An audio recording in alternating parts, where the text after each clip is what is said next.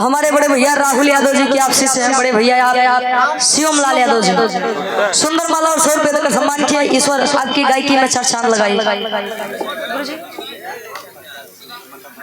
मकर ध्वज हृदय के गार्जियन आप मकर ध्वज मास्टर साहब जो कि प्रधान पद के आप प्रत्याशी हैं, 100 रुपए देकर सम्मान किए।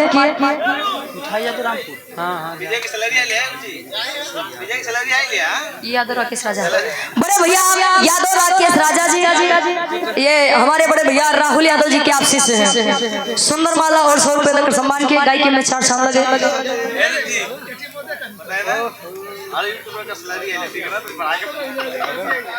भाई ये लोग आज चलावतन हुए बहुत बड़ी बात 100 रुपए का सम्मान किया। आशीर्वाद के 4 और 50 रुपए बेनाम बादशाह है।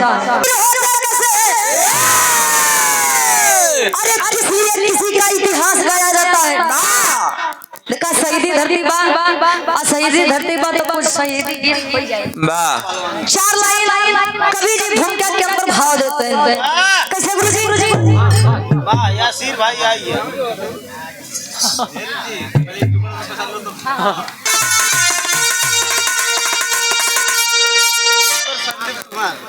विजय यूट्यूबर संदीप कुमार 50 रुपए देकर सम्मान किए। अच्छा ये हमारे विजय भैया के मामा के लड़के हैं, सुपुत्र हैं और घर मालिकार साहब से निवेदन है कि आप लोग चाय भिजवा दीजिए। कहाँ जाते हैं? और बड़े भैया हैं भोजपुरी संगीत यूट्यूब चैनल है जिनका विजय भैया जी 100 रुपए देकर सम्मान किए। सैदपुर गाजीपुर। हाँ और इस तरफ जब भी आते हैं आप लोग बड़ा प्यार देते हैं, सम्मान देते हैं। विक्की भैया आप लोगों का तबीयत कम ठीक है। बिरहा स्टूडियो के मलिकार साहब, बड़े भैया आप चंदन कुमार गार्जियन जी सुंदर माला 100 रुपए। आशीर्वाद के 4 की हिम्मत से अपनी कला में कामयाब रहे।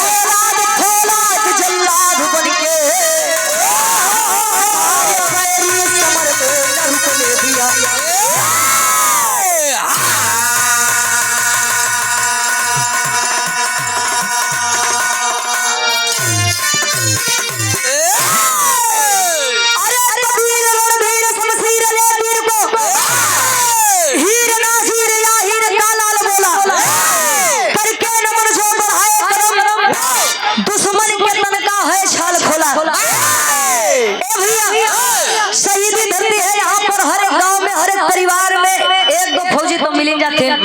जैसे ही कार्यक्रम के आयोजक साहब बड़का भैया राम अवध यादव जी, ये लोग सरहद पर जाते हैं तो हम और आप लोग चैन से सो पाते हैं। एक गांव एक परिवार में पहलवान भाई लोग भी मिल जाते हैं। गुरु जी पहले के लोग एक बात बताएं, जेके जाए के बाद आराम से चली जा, अजय के नहीं जाए बैठ जा। विजय भैया क्या करत है? आराम से जा, वैसे न बेजाय लग। हाँ बेजाय लग नहीं। बिरहा में बड़ी सुंदर बड़ी बड़ी जाजी गजल लगल बा। लड़का कहे अपने मासूका के याद करके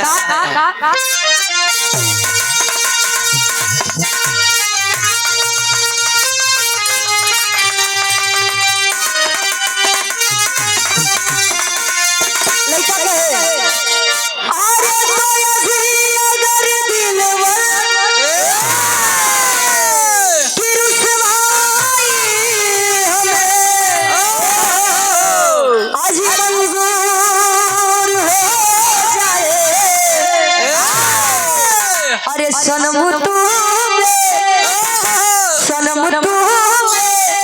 वफा के नाम से मशहूर हो जाए।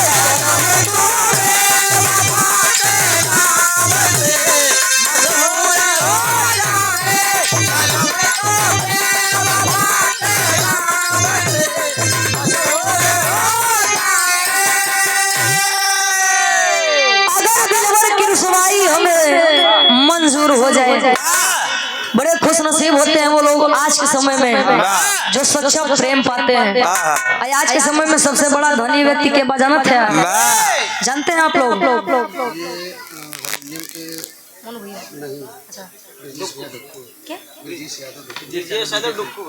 बड़े भैया आदरणीय सम्मानित, हम तक गुरु कहा था आदरणीय हारमोनियम के बहुत ही अच्छे वादक हैं हमारे गुरुजी ब्रिजेश यादव जी उर्फ डुक्कू भैया।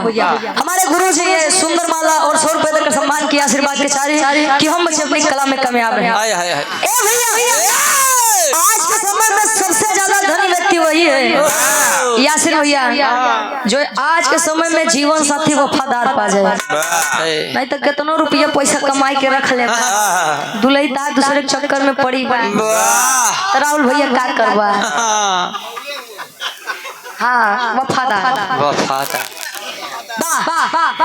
कभी वीर खातिर लिखता है, वीर चाहे तब के हो वीर चाहे आज के हो, लेकिन वीर वीर ही होता है। कहे कैसे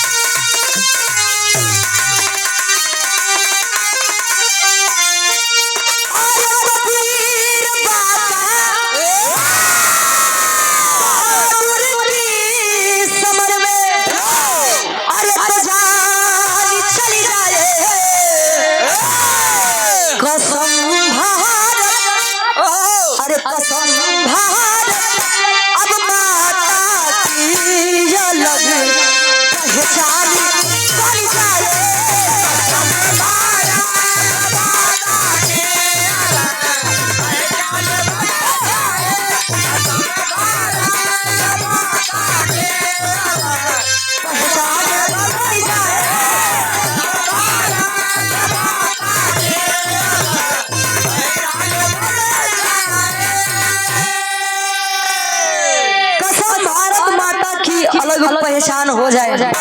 पहले के लोग एक बात कहा गुरुजी कि जेकरे जवानी आवत चोकरत किया अच्छा तोरो आई रही का बाइक लौट के अरे वो उनका जाति बेला नहीं भाई यार। काहे बदल भाई कि पहले के लोग अपन जवानी काम में खर्चा करते काम दिखाई। आज के समय में बिरहा को कुछ लोग देखने आते हैं और कुछ लोग सुनने आते हैं। जो देखने आए थे वो तो चले गए और जो सुनने वाले आए हैं बच्चे अभी वो बैठे हैं नहीं बैठी हैं। सबके तहे दिल से धन्यवाद इतना प्यार दुलार दिखाते हैं। हमरे बिरहा के कहानी की शुरुआत यहीं से बात कैसे गुरुजी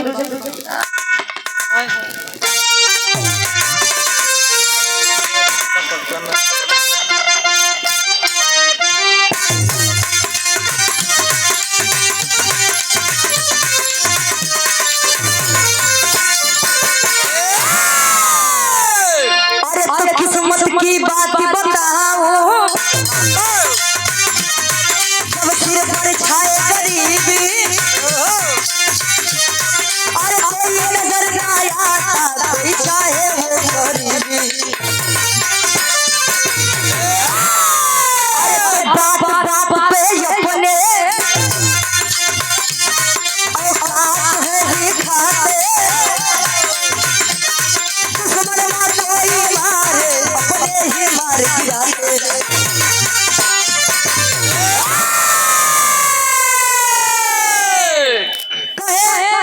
किस्मत की बात बताऊं। जिंदगी में जीवन में समय सबको मौका देता है गुरुजी, कुछ बन जाइए कुछ कर जाइए, लेकिन कुछ लोग होते हैं जो आलस करके सोते हुए अपने उस समय को गंवा देते हैं, तो कुछ लोग चैतन्य होकर के उस समय का फायदा उठा लेते हैं और बाद में कहेंगे भगवान पता नहीं मेरे कौन एक कलम से किस्मत लिख दी है। बाहर छुपे रावण को तो सब देख लेते हैं, लेकिन घर में छुपे विभीषण को कोई नहीं देखता। और जो दिन देख ले रावण के काय लगाई दे। कहानी की शुरुआत प्यारे से कहानी बा कहाँ के कोने समय के बा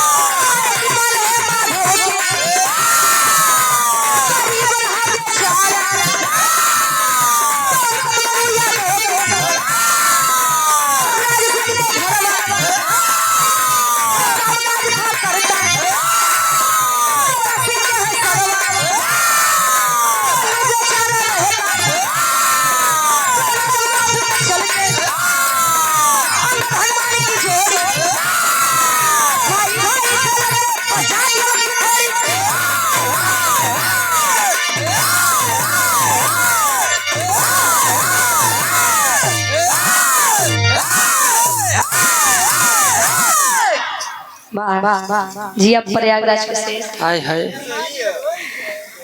कहानी के तनी समझ लाए भैया। एक छोटा सा शहर में ही उत्तर प्रदेश में कानपुर में रहे वाला एक छोटा सा परिवार यादव के परिवार माता पिता और एक छोटा सा बच्चा मनु यादव है। एक बात मैं आपको बता दूं, हम कितने भी बड़े हो जाएं लेकिन हमारे सर पर यदि माता पिता का हाथ माता पिता का साया रहता है तो साहब हम बच्चे कहलाते हैं। लेकिन जिस दिन माता पिता का साया हमारे हाथ से उठ जाता है, हमारे सर से उठ जाता है, उसी दिन हम भी गार्जियन और हम भी बड़े हो जाते हैं। माता पिता की ये अहम भूमिका होती है हमारे जीवन में। धीरे धीरे समय समय कहा जाता है खुशी के दिन बहुत दिन नहीं। चलो चलो मनु यादव के सर के ऊपर से माता और पिता का साया हट गया। ए भैया अरमान से ए टोपी वाले ए ब्रह्मा विष्णु महेश आराम से शांत रहो भैया। हाथ जोड़ के निवेदन बा, ऐसे बड़ा कोनो हथियार नहीं। शांति मनु यादव जात के अहिर बिरादर गांव के एक मुखिया जेकर नाम रघुराज सिंह बताया गया। रघुराज सिंह जी जात के ठाकुर है। रघुराज सिंह की पत्नी का नाम शारदा देवी और रघुराज सिंह और शारदा देवी के बीच में एक लड़का जेकर नाम समय समय मरवाओ जिनका नाम कमला सिंह बताया गया। 2-4-10 लोग गांव के मिल के मनु यादव के हथवा पकड़ के रघुराज सिंह के घर वाले लेके आए और कहे साहब आप चाहेंगे तो ये बच्चा जी जाएगा और आप चाहेंगे तो यह बच्चा दुनिया को छोड़कर क्या बात है। माता पिता का छाया माता पिता का साया बच्चे के सर से उठ गया। साहब घर में कुछ जगह दे दीजिए, थोड़ा बहुत काम कर लेगा, 2 टाइम का खाना मिल जाएगा, पेट का पालन हो जाएगा। बाहर इंसानियत आज का जमाना तो बड़ा अजीब बा। लोग गाय के अंदर माता को देखते हैं, कौवे के अंदर हमको हमारे पूर्वज दिख जाते हैं, लेकिन आज के समय में इंसान को इंसान के अंदर इंसानियत नहीं दिखाई देती। बारिश में रघुराज सिंह शारदा देवी अपने सगा लड़का कमला सिंह के साथे साथे उधर्म के लड़का मनु यादव के भी पालन पोषण करत बा। धीरे धीरे समय बीता, कमला सिंह और मनु यादव बड़ा बरियार पहलवान हुए। नाग पंचमी के दिन हर वर्ष कुश्ती का दंगल रखा जाए और इस बात का प्रमाण मिला कि कमला सिंह से आज तक कोई जीता है। सभा के बीच से एक दादा उठे, बाबू उठे, दादा के नाम सुखू बताया गया। सुखू दादा दंगल भिड़िया से बीच में जब बाहर निकल गया तो रघुराज सिंह से एक बात कहे। कौन बात है गुरुजी के लाइन गीत लगत बा।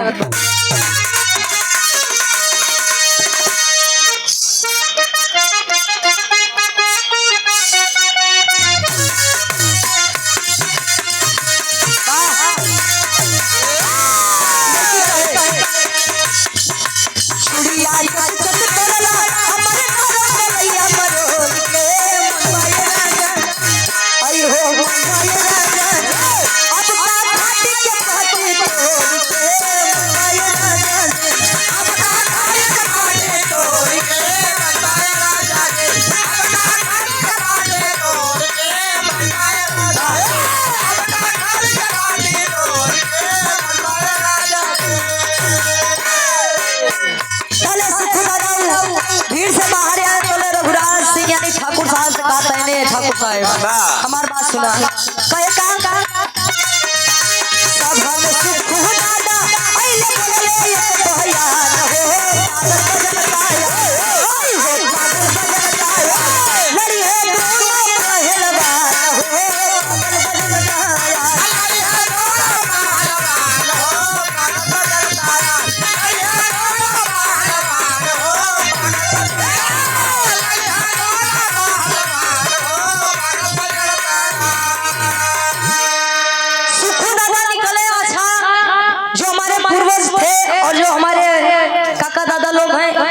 पढ़े लिखे भले ही कम हो लेकिन अनुभव उनके अंदर बहुत था। आज के वाले से तो ज्यादा रहे। ए भैया सुखू दादा बड़े भैया हैं रजनीश यादव जी गुरुदेव मर्दानपुर ग्राउंड कोच जिला पंचायत सदस्य मनिहारी तृतीय से गार्जियन जी के द्वारा 100 रुपए आशीर्वाद के चाह रही। ए भैया सुखू दादा निकला कहे कि ठाकुर साहब तू का एक वीर से इस मौगन के लड़ावत है मतलब कहे तोरे घरे में खुदे दुई पहलवान एक कमला सिंह एक मन्नू यादव काहे नहीं या बारी मन्नू यादव और कमला सिंह के आपस में लड़ाई जाए। जले मन्नू यादव ये बतिया सुने रघुराज सिंह का बिल्कुल सही कह रहे हो। एक तरफ मेरा सगा बेटा और एक तरफ मेरे धर्म का बेटा देखा था हमार दुल्ही के ज्यादा बढ़िया पाले बा ताले मन्नू यादव से बात कहे तो मन्नू यादव ठाकुर साहब से बात कहे का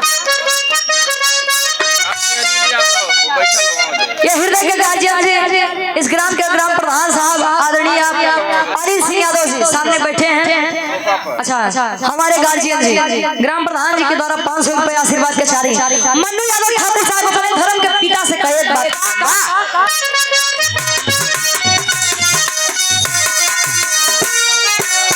बोला मन्नू यादव ठाकुर के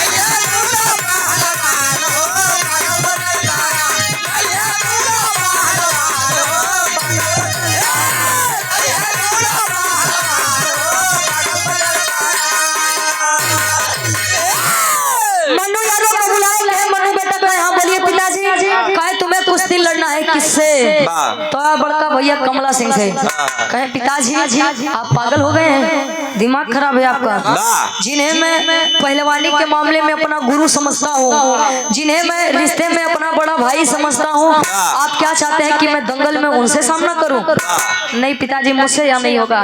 तले रघुराज सिंह डांट कर एक बात बोली ए लड़के अरे मैंने तो सोचा था कि मैंने अपने घर में 2 शेर को जन्म दिया और 2 शेर का पालन पोषण मेरी धर्म पत्नी शारदा देवी कर रही है। अरे तो शारदा देवी के अरमान पर पानी फेर दिया बेटा जा हमें तो नहीं पता है कि शारदा देवी शेर के बदले घरे में गीदड़ पालत बा। जब तक बतिया अपने ऊपर रहे तब तक मन्नू यादव सुने और जैसे बतिया मातारी के ऊपर पिताजी खबर भिजवा दीजिए कि दंगल होगा एक तरफ कमला सिंह और एक तरफ मन्नू यादव लड़ेगा। अतले हो का एक लाइन गीत लगत बा गुरु जी वाली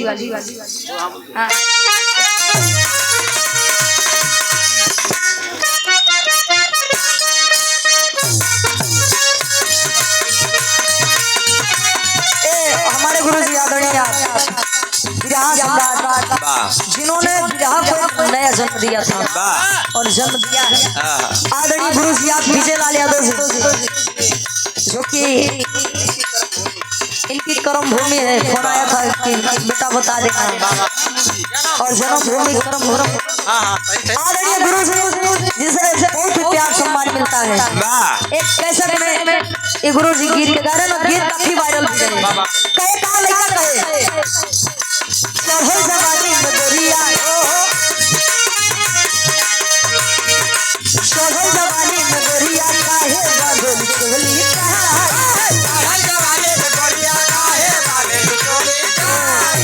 गुरु जी भाव गाय रहे का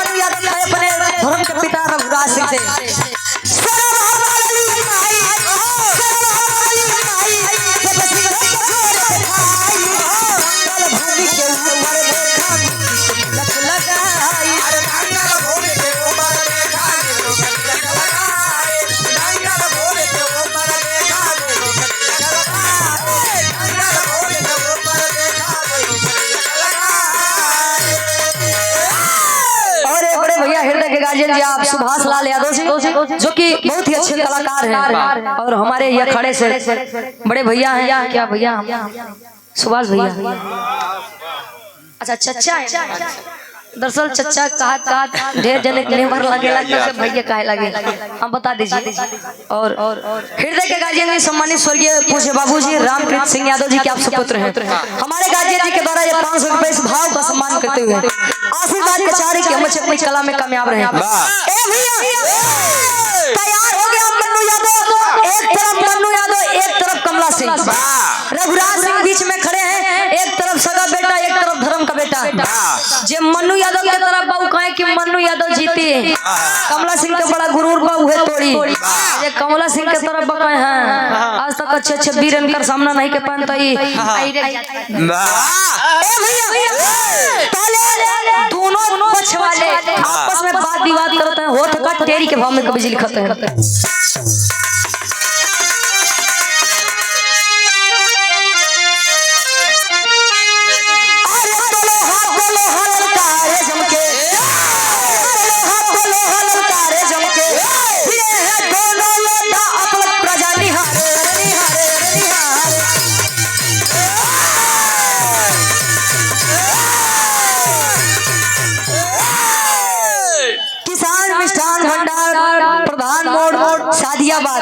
मशहूर कच्ची बर्फी पेड़ा छेना इत्यादि मिष्ठान शुद्ध एवं उचित दाम पर मिलता है और गार्जियन जी ने आते समय बड़ा सम्मान दिया था।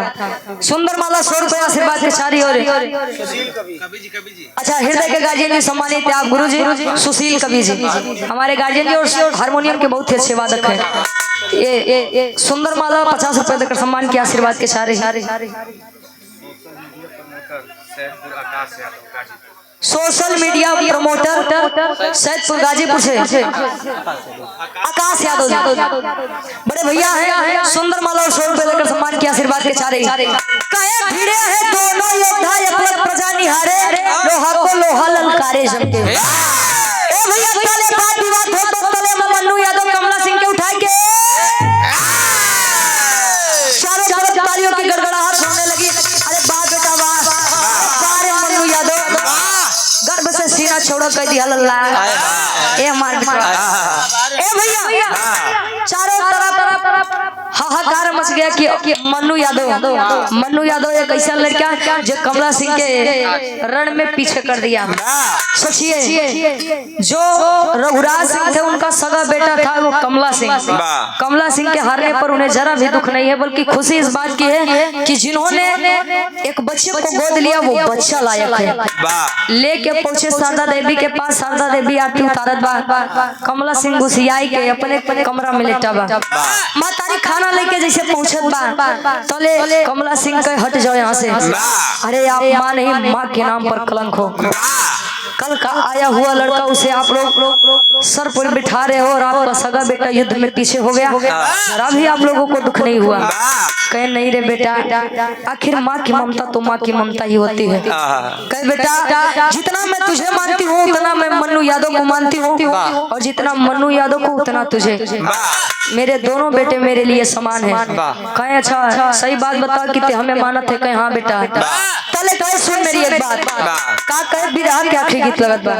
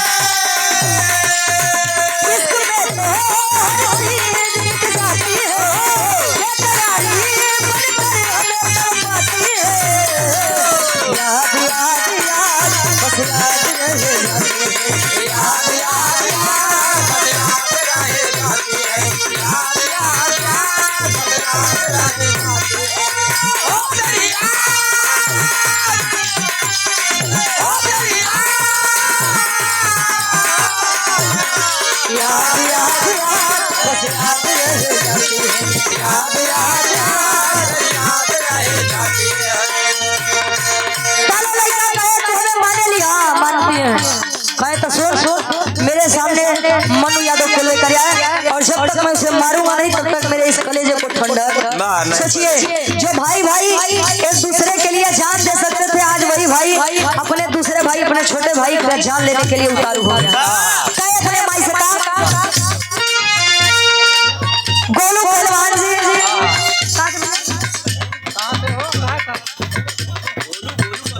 अच्छा भोलू पहलवान जी वाह पहलवान जी हमारे ये 100 रुपए का सम्मान के आशीर्वाद के साथ इस भाव का सम्मान करते हुए कमला सिंह कहे मातारी शारदा देवी से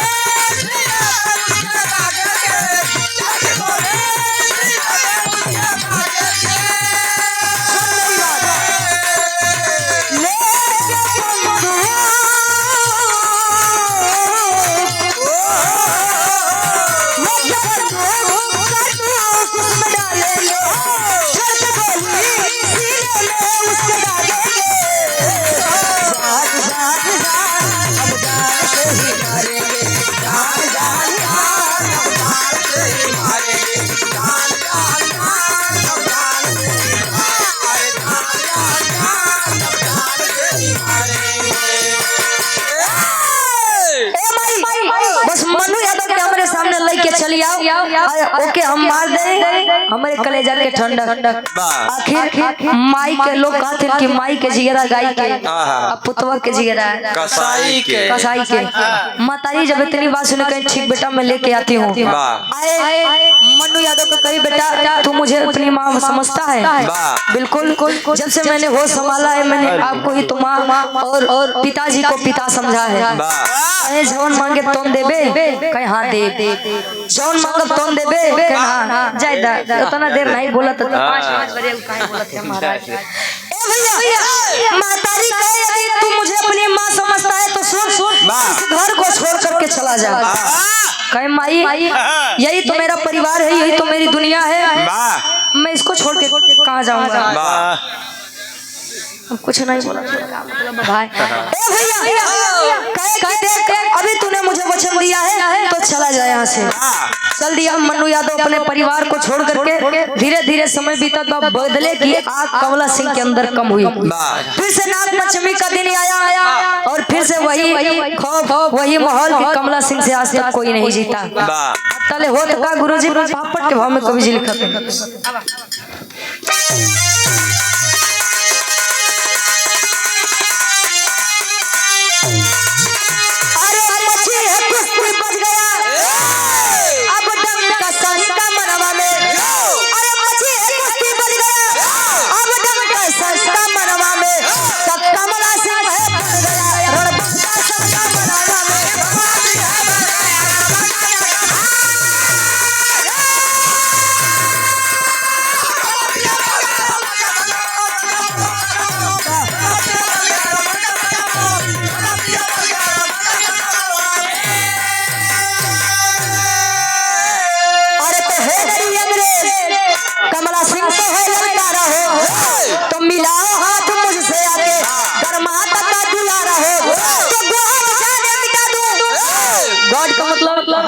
भगवान अब अंग्रेज हाँ कहे अरे तो बहुत जाने मिटा दूं तेरी लंका संस्था मनवा में कमला से है पड़ गया रणबंका संस्था मनवा में है नहीं अंग्रेज तक या बात जब पता चली फिर से हमारे गाजी जी आप प्रधान जी इस कार्यक्रम के आयोजक साहब आप अनिल सिंह यादव जी हमारे प्रधान जी के द्वारा ये 500 रुपए आशीर्वाद के चाह रहे हैं चुनावी माहौल बनाए।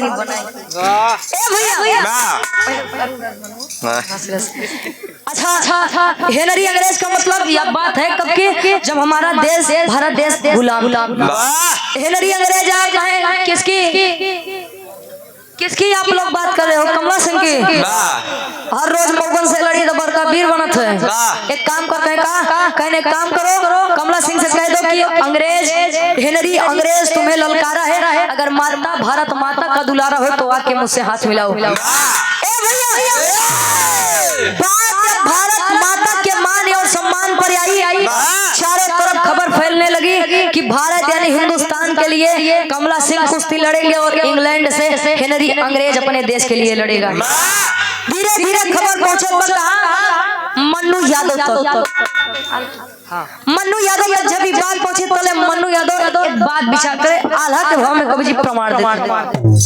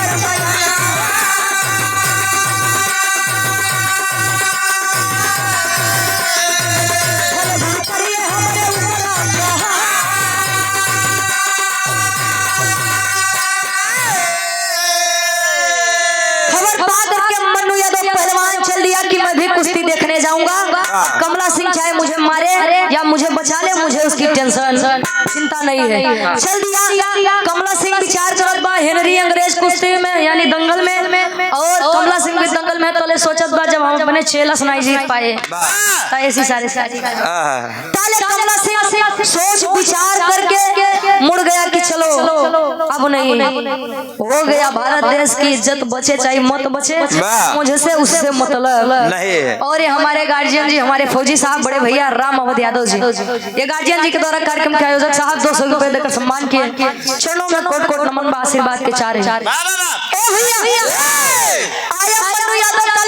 करत अगर गुरु ऐसे चली जाए तो हमारे भारत माई के इज्जत पर आँच आई। ताले दंगल में कूदत बा ए हेनरी अंग्रेज पहले चेला से निपटा ओकरे बाद गुरु चाहिए। कुश्ती हुई परिणाम यह हुआ कि मन्नू यादव विजेता हुआ। ताले गुस्सियाई के कमला सिंह भी अपनी गलती को स्वीकार करते हैं कि मेरे भाई मैंने ये क्या अनर्थ करने जा रहा था। ताले दोनों भाई बात करते हैं, ताले हेनरी अंग्रेज निकाल के बंदूक चला दिया गोली कमला सिंह के ऊपर। कमला सिंह को बचाने के लिए मन्नू यादव आगे आया, सीने पर जब गोली लगी आज एक भाई अपने धर्म के भाई के गोदी में लेटा है और एक बात कह रहा है। क्या कहे?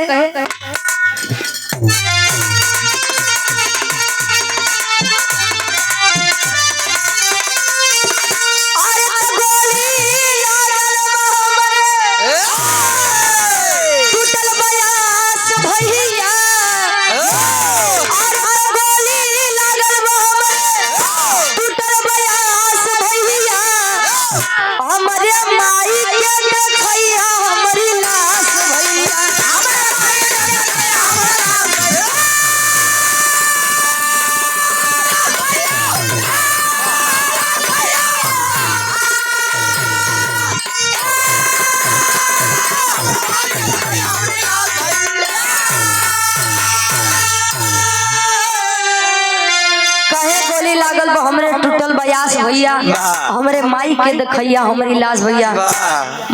मन्नू यादव से कमला सिंह कहे नहीं भाई मैं तुझे कुछ नहीं होने दूंगा। पहले मन्नू यादव हथवा पकड़ के कहे ए भैया ये जंग तो मैंने जीत लिया लेकिन मैं अपनी जिंदगी की जंग हार गया भैया। मेरी एक बात मानिए, आखिरी बार मेरे इस लाश का दीदार मेरी माँ शारदा देवी से करा देना भैया। अब मांगत बात का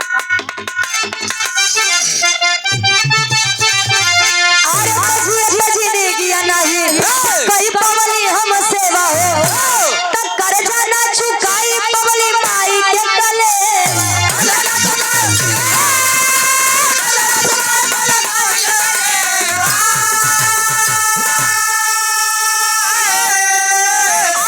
खुशी माई के देव तो बबी सवास भैया, खुशी माई के देव तो बबी सवास भैया, हमारे माई के देखैया हमारी लाश भैया।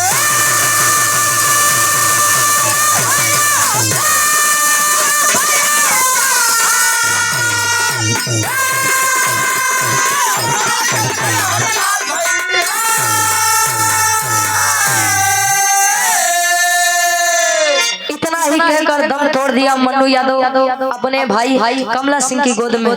कमला सिंह अपने भाई मन्नू यादव की लाश लेकर अपने घरे आता है और आवाज देता है माँ तेरा बेटा मन्नू यादव आया है। जौन मातारी अपने लड़का के मुँह से ही सुने रही कि माई ओके बोलाई के लड़का बा ओके जब ले मारब नहीं तले छोड़ब नहीं। आज वही माँ सोच रही कि मन्नू यादव आया है, सारा काम छोड़ करके आई तले सफेद कफन में लिपटा मन्नू यादव। माँ अवाक हो गई। अरे बेटा काश तू मेरे पास होता तो कुछ दिन मैं तेरे लिए और कुछ न कुछ कर पाती। ये होती है कुर्बानी हमारे भारत देश की लाल की। ताए दिन हमारे भारत देश के लिए कोई न कोई युवक शहीद होते जा रहा है और उस शहीदी के बदले में 2 लाख 4 लाख रुपए दे दिया जाता है। क्या उस पैसे से जो पैसे हमें दिए जाते हैं परिवार को दिए जाते हैं उस पैसे से हमारे भारत देश के जवान वापस आ जाएंगे? नहीं, आजादी हमेशा खून मांगती है और इतिहास उन्हीं का गाया जाता है जिनमें बगावत करने की हिम्मत हो। रंगदारी और देश के लिए कुछ कर जाना वीरताई के खून में पाई जाती है, ना कि कहीं दुकानदारी में। दुकानदारी से अगर केहू चाहे ले कि वीरताई खरीद ले तो केहू खरीद ले का नहीं। और यही करके मन्नू यादव इतिहास के पन्ने पर अपना नाम अमर करके इस दुनिया से विदा हो गया। आखिरी में खानदान के परिचय में फिर बड़का भाई गुरु बिहारी गुरु रामलाल मुर्बा